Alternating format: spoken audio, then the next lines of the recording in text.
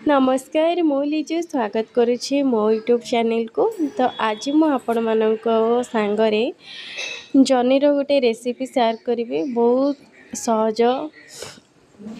तो ये मु जनी को भल भाव में सफा करके काटी नहीं छोट छोट पीस करके मु काटी नहीं आलू को मध्य एमती ही छोट छोट पीस करके काटी नेबी।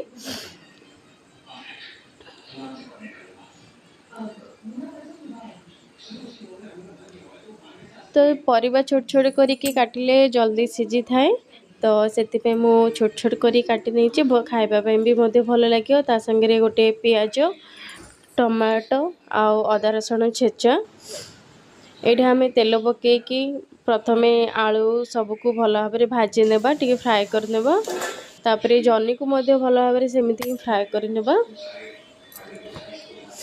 तो ये आमर आलू जनी रेडी हो देखी पड़े भल भाव से भाजी होपर हाल्का टिके सोरिष जीरा आम देदेबा। तापर पियाज को पकईने पियाज भाजी सारापर अदा जो छेचिकी रखी अदा रसुण ताकू देदेबा। ये मु लंका गुंड हल्दी गुंड धनिया पाउडर गरम मसला सबको भल भाव में ता संगे मु बादाम पेस्ट देसी बादाम पेस्ट करके रखी सेटा देवा द्वारा आउ टिके अधिका टेस्ट लगी थाए तरकारी।